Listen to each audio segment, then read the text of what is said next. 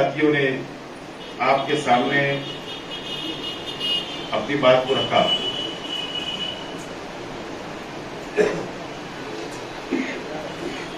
और मैं समझता हूं कि हमारे तमाम मुकर्रिर ने अलग अलग हालात के ऊपर शहर के अंदर हमारे खिलाफ की पार्टियां जो हालात बनाने की कोशिश कर रही है,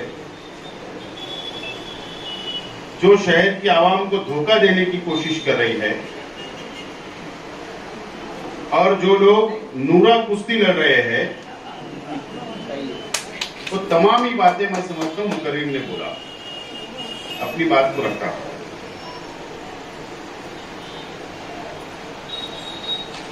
राष्ट्रवादी कांग्रेस पार्टी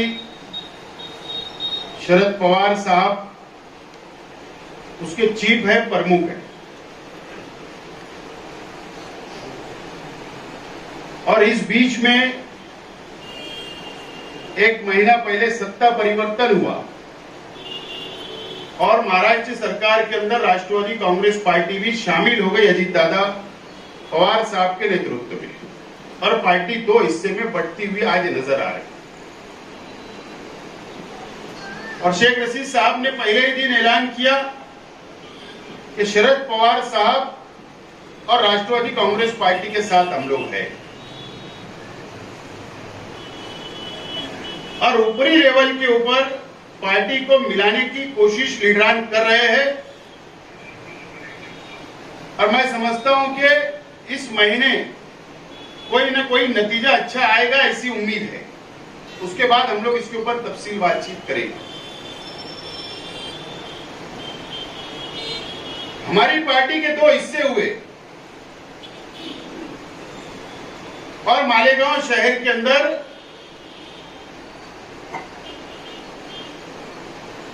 मेरे खिलाफ और पार्टी के खिलाफ अंधभक्त लोग, जो अंधभक्त होते हैं ना, वो लोगों ने सोशल मीडिया के जरिए मेरी बदनामी करने की कोशिश की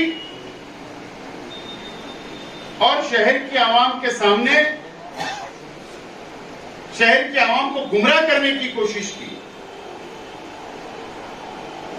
तो हम लोग तो खामोश थे। आप लोगों को पता है कि मैं 1.5 महीने से मैं बीमार चल रहा था। हम लोग खामोश थे, लेकिन मैंने कुछ जवाब दिया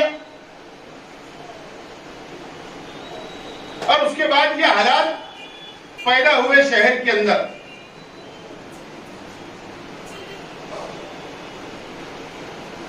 अजीत दादा पवार साहब से मेरी खुफिया मुलाकात हुई। तो मुफ्ती साहब गेट पे पहरा दे रहे थे क्या? मेरी खुफिया अंदर मुलाकात हुई भी, गेट के ऊपर पहरा दे रहे क्या? क्या अजीत दादा बेल दबाए में तुम चाय लेके आने वाले थे क्या? ये सवाल पैदा होता है। और राष्ट्रवादी कांग्रेस पार्टी के लीडर है अजीत दादा पवार, और सरकार में शामिल होने के बाद भी शरद पवार साहब को नेता मान रहे हैं। और हम शरद पवार साहब को नेता मानते, इसके लिए सरकार किसी की भी हो, हम शहर के विकास के लिए, शहर के डेवलप के लिए हम खुफिया मुलाकात नहीं करते। खुले तौर पर मैं जाकर मिला, अखबार के अंदर खबरें आई, और शहर के विकास के लिए, शहर के डेवलप के लिए हम लोगों ने पहल वापस शुरू कर दी। 1 साल तो आपको खुला मैदान दिया गया। जब हम महाविकास आघाड़ी की सरकार गिरी, उद्धव ठाकरे साहब चीफ मिनिस्टर से हट गए और शिंदे और भाजपा ने सरकार बनाई, तो आप तो होटल ताज के अंदर जाकर आपने मुलाकात की, और उसके बाद मुझे अच्छी तरीके से याद है कि होटल ताज के बाद आपने एबीपी मांझा से उम्रे पे जा रहा हूं, सीएम साहब को कोई गलतफहमी नहीं हो जाना, इसके लिए मिलने के लिए आया था। कि महाराष्ट्र के चीफ मिनिस्टर असदुद्दीन अवैसी साहब है क्या, जो उनको खराब नहीं लग रहा था? अजीब बात, सीएम साहब को खराब नहीं लग रहा। आप इसके लिए गए थे कि सरकार का बहुमत साबित होना था, स्पीकर का चुनाव होना था, और आप जानबूझकर आप तटस्थ रहे, गैर जानिबदार रहे। आपने इस शहर के मुसलमानों को और इस महाराष्ट्र के मुसलमानों को आपने धोखा देने का काम किया। आपने एमएलसी के अंदर आपके खासदार इम्तियाज जलील के साथ आपने अपनी प्राइवेट गाड़ी लगा दी और टैक्सी के अंदर कभी इस दर पर, कभी उस दर पर, कभी उस डाल पर, कभी उस डाल के ऊपर आप घूमते रहे कि आपका कोई सौदा हो जाए। क्या हमको नहीं पता कि आपने राज्यसभा के अंदर क्या किया, आपने एमएलसी के अंदर क्या किया, विधान परिषद के अंदर क्या किया? आपने डबल गेम किया और इस महाराष्ट्र के और इस शहर के मुसलमानों को धोखा देने का काम किया। आपने फिरका परस्त पार्टी के उम्मीदवार को चुन कर लाने के लिए मदद की। ये मैं खुला जिम्मेदारी से बोल रहा हूं। आप जब से चुन कर आए, आपने इस शहर को धोखा दिया और एमआईएम ने इस महाराष्ट्र के मुसलमानों को धोखा देने का काम किया है। मुझे बताओ, आप मुझे बताइए कि 2 दिन पहले अबू असीम आजमी साहब ने कैसी आवाज उठाई? ट्रेन के अंदर मुसलमानों को एक पुलिस वाला गोली मार देता है, आवाज किसने उठाया? अबू असीम आजमी साहब ने। हिजाब का मामला आया मुंबई के एक स्कूल के अंदर, आवाज किसने उठाई? अबू असीम आजमी साहब ने। नीतीश राणे का जवाब औरंगजेब रहमतुल्लाह अलैह, जब उसने ये कहा अंदर मुसलमानों के खिलाफ जहर उगल रहा था, उस वक्त किसने आवाज उठाई? आप तो बहुत इलेक्शन के वक्त हैदराबाद से आकर कौम मिल्लत की दुआएं देते हो, मुसलमानों को मिल्लत के नाम पर नौजवानों को वर्गलाते हो और वोट ले लेते हो, और तुम्हारे दोनों लोग जाकर फिरका परस्ती के तलवे चाटते। इसका जवाब इस शहर के आवाम को, इस महाराष्ट्र के आवाम को देना पड़ेगा। या 5 साल के अंदर आप बताओ कि कोई कौम के लिए या मुसलमानों पर जुल्म हो रहा है, आपने एक आवाज अंदर असेंबली के अंदर उठाई क्या? ये जवाब आपको देना पड़ेगा। मेरा सवाल है, कब तक? जब मेरी खुफिया मुलाकात हुई तो तुमने यूसीसी की बात की। मैं आज बोल रहा हूं इस मंच से, इस राष्ट्रवादी भवन से,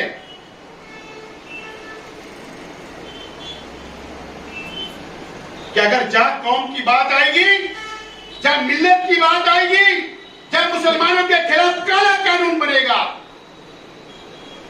सबसे पहले शेख आसिफ और हमारे वर्कर शेख हसीन साहब की क्यादत से जवाब लिखेंगे और सरकार की मुखालफत करेंगे, चाहे वो कोई भी पार्टी उसकी हिमायत करे। आपने, मेरा सवाल है ये शहर के आवाम से, और यहां पर हमारे मीडिया के साथी भी है, मैं इनके ही चैनल के ऊपर देखा था, अभी बकरीद की, ईद उल अजहा की नमाज के लिए ईदगाह के ऊपर तकरीर की गई। क्या तकरीर की गई? जनरल बात, लेकिन कभी भी जुल्म के खिलाफ, दादा भूसे के खिलाफ, एक लफ्ज नहीं बोला गया। और यह बोला गया कि अभी तो एक साथ सिविल कोर्ट यूसीसी का कोई ड्रॉप ही नहीं आया है, तो उसकी मुखालफत करने की क्या जरूरत है। उसके बाद आपने मस्जिदों से कहा यह बात, क्या all India Muslim personal law board ने ऐलान नहीं किया कि मुसलमान एतराज दाखिल करे?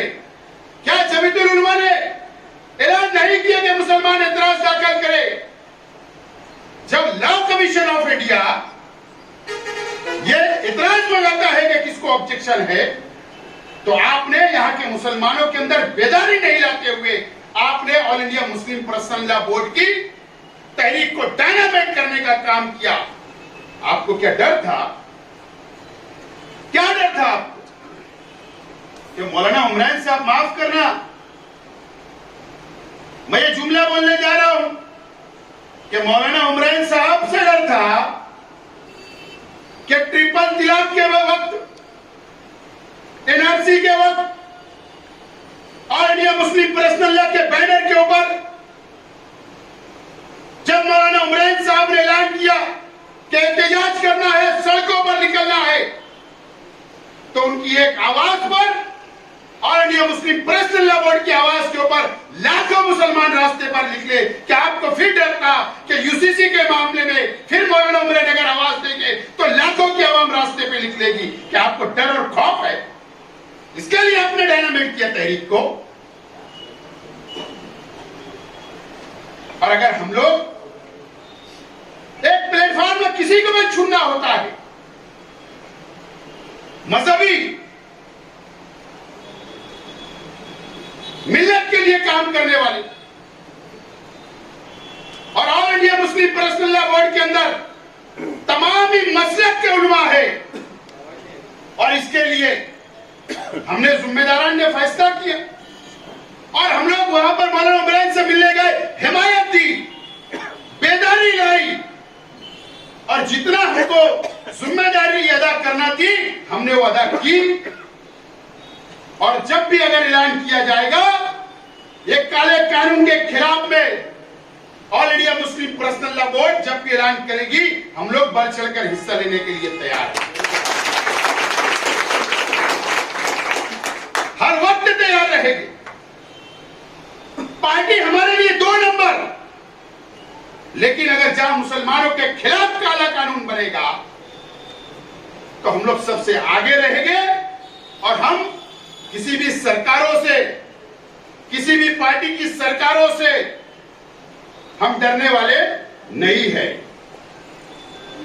मुझे अफसोस हुआ, बहुत अफसोस हुआ। अबू आसिम आजमी साहब की पार्टी अलग है, लेकिन मेरा तजुर्बा उनके साथ 5 साल काम करने का है। अगर मैं आवाज उठाता था उस वक्त,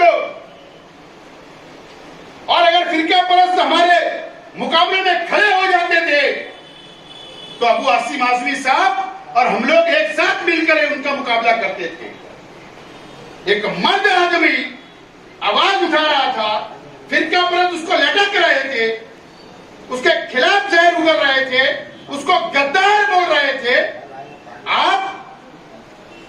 और अफसोस के साथ बोलना पड़ता कि जितने मुस्लिम लीडरशिप थी अबू आसिम आजमी का साथ देने के लिए खड़ी नहीं हुई। ये बहुत दुख की बात है। और उसके बाद आप पाखंड करते हो, शहर को धोखा देने का काम करते हो। इलेक्शन करीब आ रहा है, 4 साल गुजर गए, अब तुम्हारे सामने कॉर्पोरेशन का चुनाव, तुम्हारे सामने असेंबली का चुनाव आएगा, पार्लियामेंट का चुनाव आएगा। जो लोगों ने तुम्हारे साथ में मिलकर आपको चुनकर लाने की मेहनत की, आपने 4 साल नजरअंदाज किया। अब ये शहर हिसाब मांगेगा, तो क्या हिसाब दोगे? ये शहर हिसाब मांगने वाला है, तो क्या हिसाब दोगे? तो आपने जनता दल के ऊपर इल्जाम लगाया कि टेंडर मैंने उनको दिया था और उन्होंने काम नहीं किया, बिल खा गया। बहरहाल चोर तो दोनों में से कोई एक है और झूठ तो कोई बोल रहा है, ये तो बिल्कुल सच। और मुझे शक है कि शहर के अंदर कारपोरेशन की रोड जहां बनती थी, कारपोरेशन के फंड से जहां रोड बनती है, जानबूझकर उसी रोड के ऊपर एमएलए फंड डाला जाता है, काम कारपोरेशन के फंड से और बिल पीडब्ल्यूडी से निकलता, ऐसा मुझे शंका है, शक है। और भ्रष्टाचार किया जाता है। इसकी इंक्वायरी अगर होती है तो बहुत कुछ सामने आ सकता है। मुझे हमारे पड़ोसियों से कोई दोस्ती नहीं है, इन्होंने जैसा किया वैसा भरना पड़ रहा है इनको भी। और ये कोई दूध के धुले हुए नहीं है जनता दल के लोग, और ना वो दूध के धुले हुए हैं। सिर्फ हमारे डर और खौफ से, हमारी ताकत से, हमारे वर्करों की ताकत से ये एक होते हैं। और नहीं तो मैं आज चैलेंज करता हूं, मैं ये मानता हूं कि मुफ्ती इस्माइल साहब शहर के लीडर है, क्योंकि असेंबली उन्होंने लड़ा और मैंने लड़ा।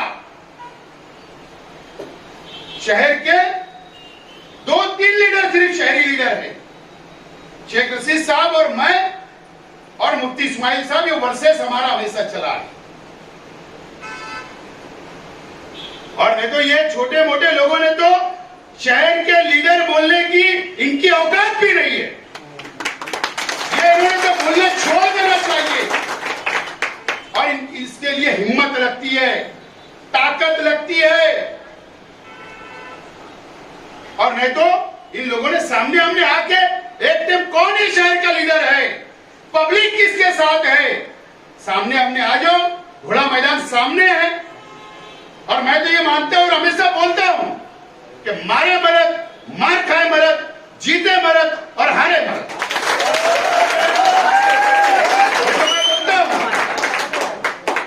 और नहीं तो इन लोगों ने ये शहर को धोखा देना बंद करना। हमने देखा कि नेशनल पार्टी के लोग भी शहर में हाथ बांधकर पीछे खड़े रहे। अफसोस की बात, हमारे एक पार्टी के उहदेदार के पास नेशनल पार्टी के सदर जाता है और उसको बोलता है कि तू राष्ट्रवादी के अंदर मत है, मैं देखो मुफ्ती इस्माइल से बोलकर देखो टिकट दिलवा देता। ये पार्टी दूसरे के सदस्य, वो उसकी पार्टी की मेहनत नहीं कर रहा, उसका टिकट नहीं बांट रहा, बोले मैं मुफ्ती इस्माइल से बात करके तेरी सेटिंग करा देता, ये वार्ड उनका है। घूम भी तो रहे साथ में घूम भी रहना दोनों। ये शहर को कब तक धोखा दो, कब तक धोखा दो। और ये लोगों ने तो हमारी पार्टी, हमारे वर्करों से, हमारे लीडरान से इन्होंने तो बहस नहीं करना चाहिए, क्योंकि मैं इसलिए बोल रहा हूं कि एक आदमी होता है ऊपर से बहुत खूबसूरत, बहुत नूर और बहुत साफ किरदार का होता है। इंसान की फितरत होती है, लेकिन इंसान ऊपर से कोई भी कलर का रहे, अंदर से काला नहीं होना चाहिए। और मैं आज से नहीं देख रहा हूं, ये 4-5 सीट के लिए जो ये ब्लैकमेलिंग करने का जो सियासत इस शहर में शुरू हुई, मुझे मालूम है कि स्टैंडिंग चेयरमैन मैं बन जाऊंगा, 5 लाऊंगा तो 7 लाऊंगा तो मुझे महापौर बना देंगे, डिप्टी मेयर मैं बन जाऊंगा, ठेका जारी करूंगा, हरामखोरी करूंगा, करप्शन खोरी करूंगा कारपोरेशन में जाके, सिर्फ ये मकसद है इनका। ये शहर से इनको कोई लेना देना नहीं, ना ये कोई झोपड़पट्टी के आवाम से, ना पक्के मकान के आवाम से, ना बुनकरों से, ना मजदूरों से, ना गरीब से, ना अमीर से, इनको कोई लेना देना नहीं है। इनके जाति स्वार्थ के लिए, जाति मुफाद के लिए ये लोग शहर में सियासत करते हैं। मैं इनको आज से नहीं देख रहा। मैं पहली मर्तबा कारपोरेटर बना, एजाज उमर साहब मेरे साथ, हम लोग पहली मर्तबा चुन कर आए, और ये कई लोग तो मेरे से पहले कारपोरेटर थे। अब शेख रशीद साहब भी कई लोगों के बाद मेंबर बने, सदर बल्दिया बने, एमएलए बने, और एमएलए रहते हुए मुझको मेयर बना दिया, और सरपरस्ती में एमएलए भी शेख रशीद साहब ने मुझको बना दिया। ये मेयर की कुर्सी तक नहीं पहुंचे। कहां से अपने से खुश रहेंगे? हसद और जलन और दिल में काला, ये कभी तुम मिटा नहीं सकते। ये फितरत उनकी बन चुकी है कि तुम्हारे साथ ये कभी रह नहीं सकते, और हमेशा तुम्हारे मुखालिफ रहेंगे, जहर उगलने का काम करेंगे, क्योंकि उनके सामने का बच्चा जो पीछे से आया, उनको वटेक करके विधानसभा के असेंबली के अंदर बैठकर कभी बर्दाश्त होगा नहीं, कभी बर्दाश्त नहीं होगा। एकदम साफ अल्फाज में मैं आज आपको सच्चाई बयान कर रहा हूं, ये कभी बर्दाश्त नहीं होगा। और ये बंबई के अंदर मुझे मालूम पड़ा कि कुछ लोग की दुकानें बंद हो जाती है। कारपोरेशन में हमेशा रोजी रोटी, पूरा खानदान वही रोजी रोटी खा रहा है, दुकानें बंद, फिर इलेक्शन आ रहा है। आप लोगों को, मीडिया वालों को पता नहीं है, नगर उद्यान के जो काम 8 करोड़ के निकले, 1000 खोली पहली गली का,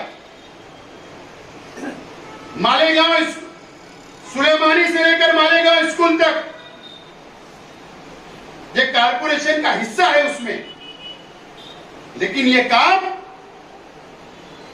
जो बांटे गए 12% लिए गए, 12% से, और ये पैसा मुशारत चौक में जमा हुआ नाराज लोगों को मनाने के लिए। किसी को 2 करोड़ का काम, और डीलिंग हाईवे की एक होटल के ऊपर चिकन चिल्ली के साथ हुई 12%। दूसरा नाराज था, उसको 1 करोड़। कोई ब्लैकमेल करता, मैं बहुत पहलवान हूं, मैं तो ऐसा कर देता हूं, समाज पलट देता हूं, बहुत नाराजगी, 2 करोड़ का काम 12% में खुश। कितने टक्के और कहां पर दिए गए मुझको सब पता है। और उसके बाद जिन लोगों ने हमेशा कारपोरेशन की रोजी रोटी खाई, आज वो लोग मुशारत चौक के लीडर से कहते हैं कि आप फिक्र मत करो, जो जो नाराज है मैं लाऊंगा।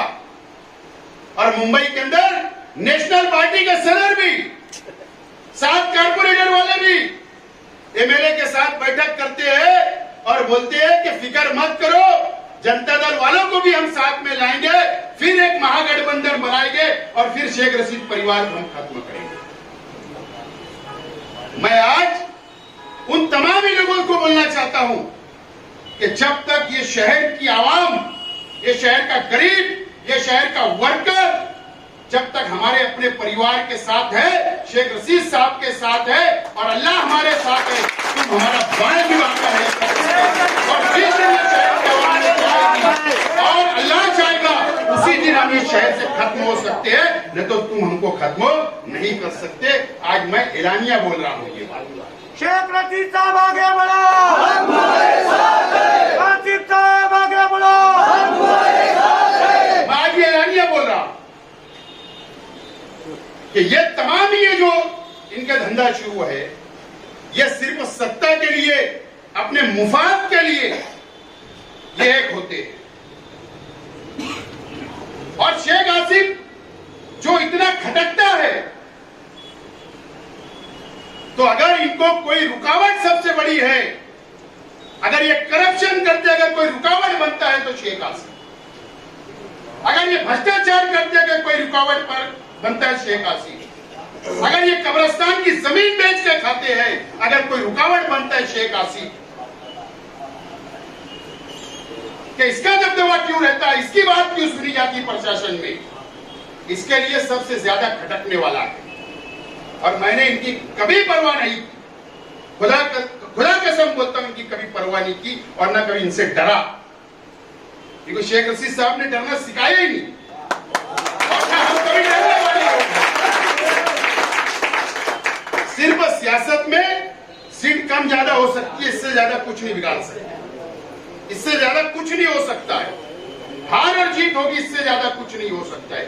लेकिन आप चाहोगे कि जमीन से हमको खत्म कर देने की, लेकिन जब तक मेरा अल्लाह चाहेगा, जब तक हम जिंदा रहेंगे, हमारा वर्कर चाहेगा जब तक जिंदा रहेंगे, तुम हमारा बाल भी बाका नहीं कर सकते।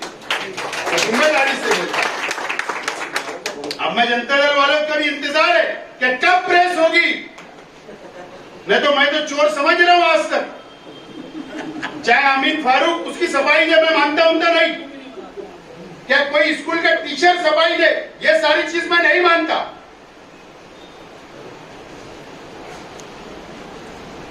अभी और मैं एक बात भूल गया टेंडर की, वो एक वीडियो चल रही थी, कोई अतर साहब नाम के है,